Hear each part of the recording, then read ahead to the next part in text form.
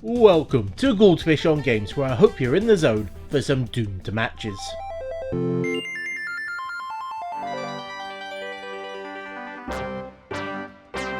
D-Match, that is, which was an unofficial, unlicensed and in a lot of ways unfinished expansion for Doom and Doom 2.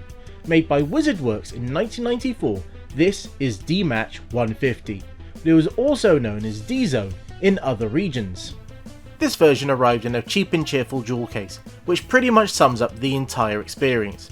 The image on the front looks like it's a knockoff of a terrible Doom clone, and that sort of experience continues with inside. As the paper it's printed on, well, this manual is just cheap as all hell. Though thankfully, it does give you enough details that you can easily use the application that it includes. Now, the CD itself is actually not that bad.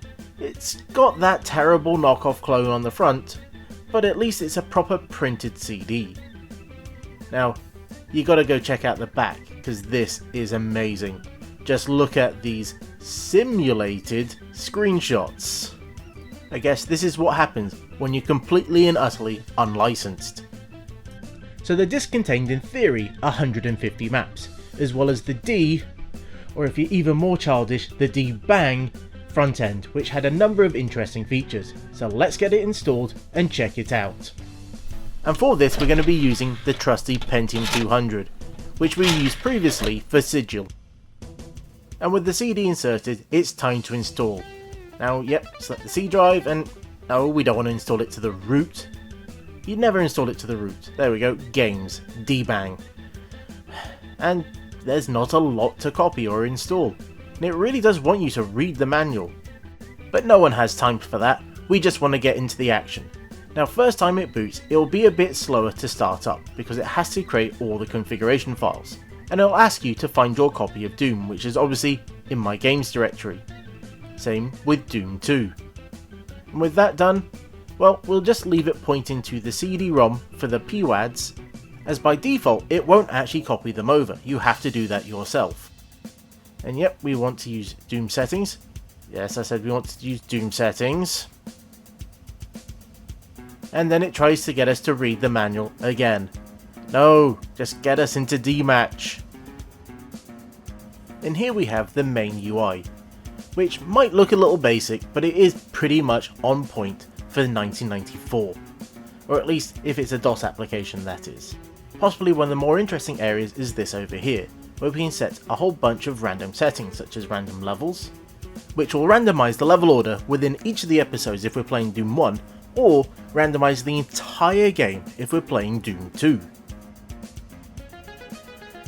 One of the ones I think is more interesting is the randomized items, which you left click to enable, or you can right click to bring up this screen, where you can set the percentages of every single item. Now by default, it actually includes a whole bunch of the Doom 2 items. So if you're actually playing Doom 1, you're going to have to actually go in and manually remove those, or it'll actually give you all sorts of weird error messages. Now, say you want to play the most insane game possible. So let's zero everything out, and then set, I don't know, let's say the Cyber Demons to be 60, no, let's set the Cyber Demons to 40% of all items, and the BFG to 60% of all items. So this will now replace every single item in a level with either a BFG 9000 or a Cyber Demon, based on the percentages we've just set. Now, if we now go to just play, we can set a random seed. We can either hit generate to generate a brand new one, or you can type one in yourself if you need to synchronize this between two players. And with a random seed set, we can then tell it to randomize the WADs.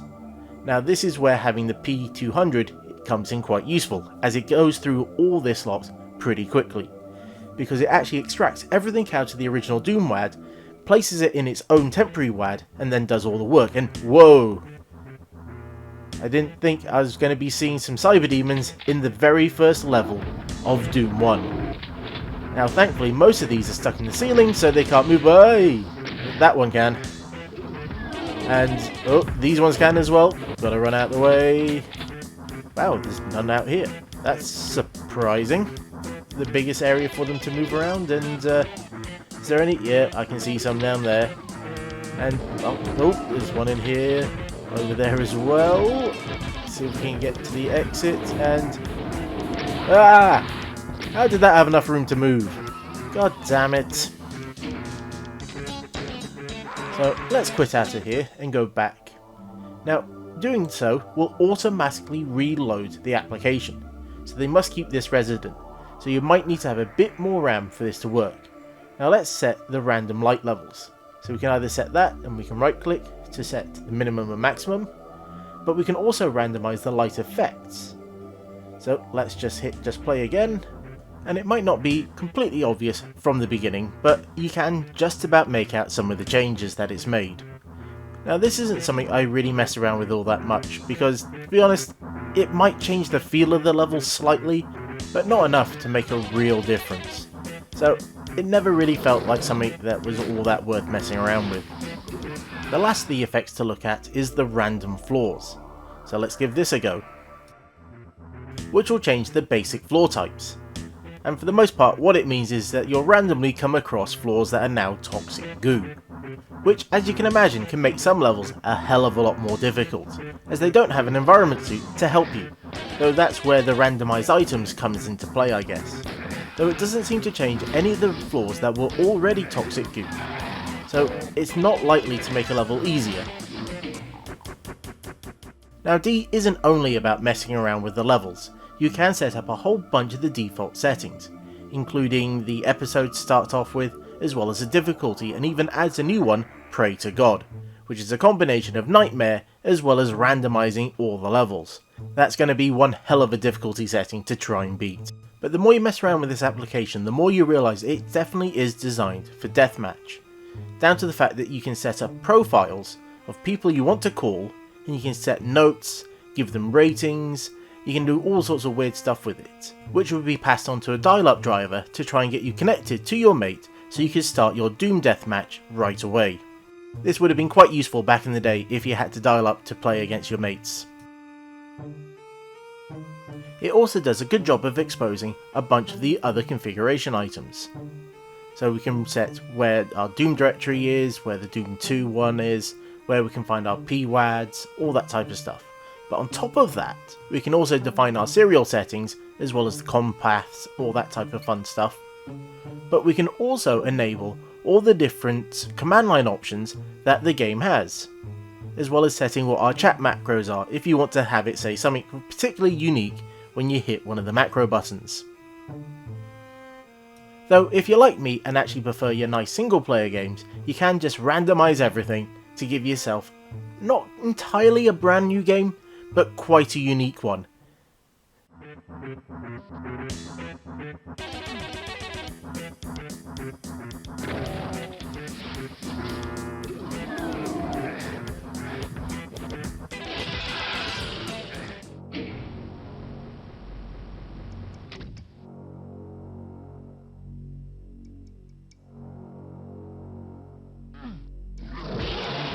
Though if you do want a new game, you can pretty much make one out of the custom PWADs that came on the CD. Now normally when you load a PWAD, it will just take over the slot that it's been designed for, but this tool gives us some more options. See, this level was designed to replace E2M2, this one E2M5, and as such, if we just loaded this up normally, we would have to jump to that level if we wanted to play it, but instead we can actually set it to various PWAD slots within this UI. But due to the way this rebuilds its own PWAD that it loads up, it can mix and match these levels so they can be in whatever order you like. And here we can see that's our level order now. So if we hit just play, we will play it in that order.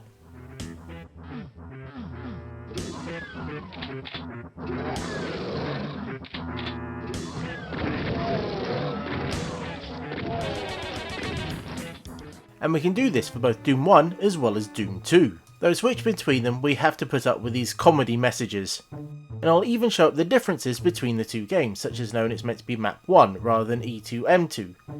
And we can also start to find some, well, half-arsed levels, shall we say, such as Classic. Now let's just boot this up, and it won't take long. And wait, I thought we booted up Doom 2. It is Doom 2. What? Have they just taken one of the original Doom maps and converted it to Doom 2? That's one of their levels, and it's even based on the old version of the map as well?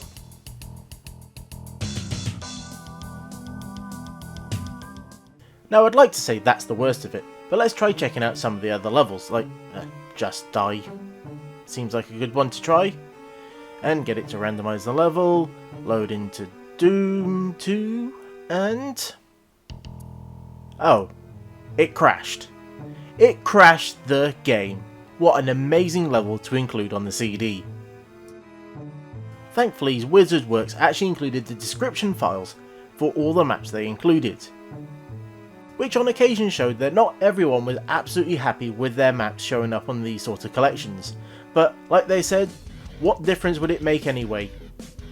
Because WizardWorks were known for taking maps that people had expressly said should not be included on these CDs and included it anyway. Though this one seems to be pretty clean as far as I can tell, but this wasn't the first of the CDs that they produced. All in all, this is a fun little application, and I can see some of its multiplayer options being quite useful, though I'm not sure it's worth the price of admission, because let's not kid ourselves, what you were buying when you bought this CD wasn't the maps, it was technically this program, because that's really all they could actually charge for, as they didn't make a single map, they were all ones they found from bulletin boards and various websites and downloaded and put on the CD. Now amazingly, WizardWorks actually produced a whole range of these CDs, which ranged from mostly not legal to very much not legal, as they all fell foul of ID's allure, which forbids them from making a profit from Doom or Doom 2 without getting a prior license, which obviously they didn't do. But that didn't stop them, hell no. They even made a trailer for one of their later CDs.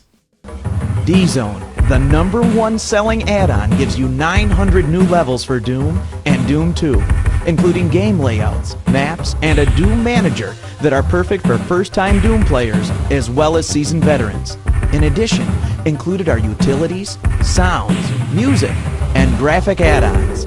You will be amazed hour after hour. D-Zone will challenge even the most battle-hardened among the doomed.